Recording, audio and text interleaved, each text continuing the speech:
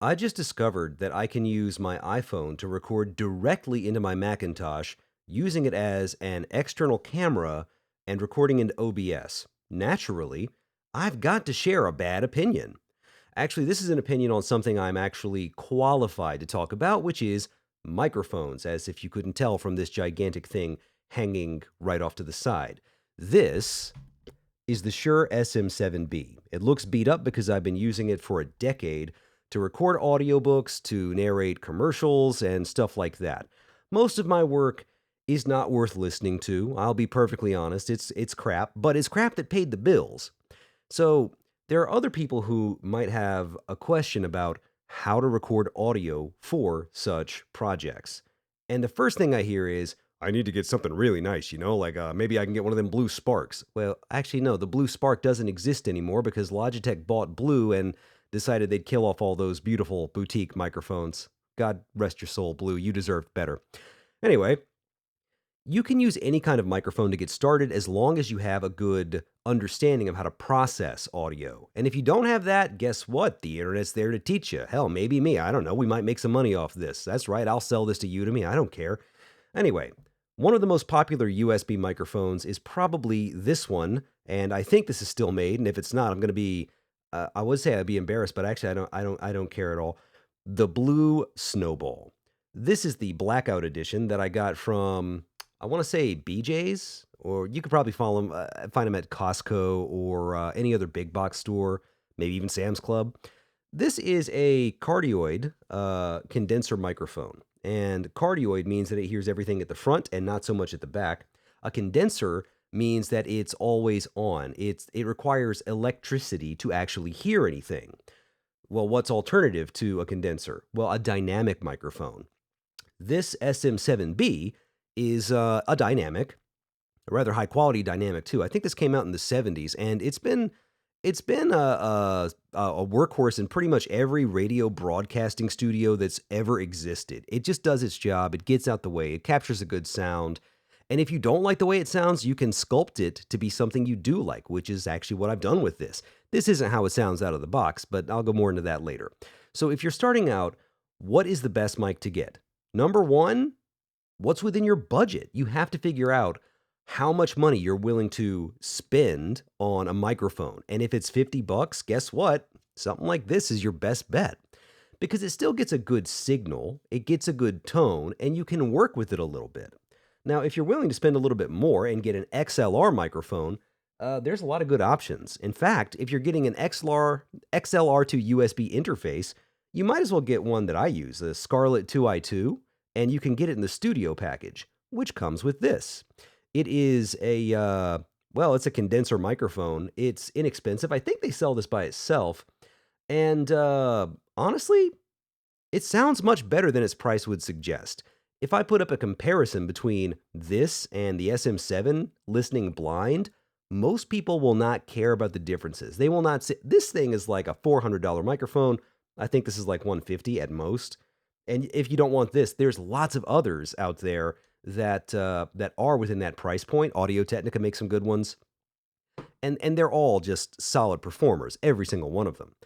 But I actually think if you're starting out, you should avoid these entirely, and you should get a dynamic microphone like this one. What, I want you to go out and spend 400 bucks? No, not at all. There's others like the Shure SM57 and SM58, which you've definitely seen even if you don't recognize them. These are microphones that have been on stage every single place on earth. If there's a guitar being strummed somewhere, a 57 has recorded it. I promise you. These are the microphones that have been used by every president since Lyndon B. Johnson to record speeches. You see them when they got the two microphones on either side? Yeah, that's the 57. That's not because it's the best microphone. It's just unkillable. You can literally run over it and it's been done. It'll still work. But I would say if you got the scratch, you should get something a little bit better. And actually, this is my all-time favorite dynamic mic, but the immediate runner-up is this one, the Electro Voice RE320. Now, the RE320 is call it the cousin of the RE20 and RE27ND.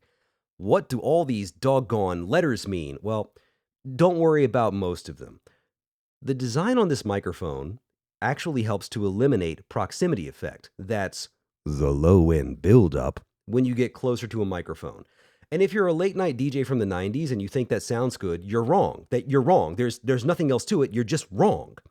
This helps keep the tone pretty much the same. Now, this runs about $300. Yes, I know it's probably not an inexpensive microphone, but I've seen what expensive actually is. And it's got a double use because this thing is built like a tank. And honestly, if I were to hit somebody with this, I would probably catch misdemeanor assault because this can do some damage. These are all worthwhile things. So, a dynamic has several advantages over a condenser. And I'll just articulate one of them right now, if I can find space to put all these mics. This is technically way more sensitive than this. It'll hear more detail. It'll hear a more, call it accurate, representation of a human voice. So why would I say not get it? Because it's also going to hear the young couple down the hallway fighting again over some trivial nonsense that they will both forget about in an hour, and you'll know because they will be making up in an hour in very, very loud tones. There'll be a whole different kind of shouting. I can't complain. I mean, it's whatever. They're good folks, but they're so obnoxious. I'm getting off topic. Anyway, this will hear everything, including the stuff you don't want. The sounds of you breathing, you don't necessarily want that. This microphone, however, will only hear things when you're speaking, and you can get right on top of it, and it's not going to be overloaded with low end. It'll have the same kind of tone. You can get around it all you want. And if I were really serious about doing a review, I'd probably actually plug this thing up. But unfortunately, I'm just dicking around in the afternoon because I figured out how to use this camera with my computer, and I'm an attention whore. Anything to get views, really. So, yeah, I would say if you're really just starting out in the realm of podcasting, get a USB mic, see if it's something you actually enjoy doing, then you spend a little bit more money. I would say it's probably worth it to get a worthwhile dynamic. And you don't have to go right to something like this. I would say this is probably your best bet. It's got a hot output. It's got a great tone. It sounds good on pretty much everyone. And you don't really need a blast filter. I get right up on this thing and I don't pop peas. And if you're asking, what the hell's a pea pop? You'll learn. You'll learn when it destroys what you've recorded and you get yelled at about it by your editor who demands you make a last minute change and you're not even home and you got to... This is not therapy. Okay. Anyway, yeah. Get a dynamic, get busy, get anything really. Just get into it. Record something. See if you like it. And if you really want to give it a try, don't even start with podcasting. Do something like LibriVox, which is your average people, just common folk, reading classical literature and uploading it so that others can listen to it. It's all ego-stroking nonsense. It's hubristic, it's nothing but arrogance, and frankly, I love such people because I am one such people. Okay, I'm sick of this and bored, so if this helped you, hurrah. If it didn't, go about your day. You probably scrolled on already.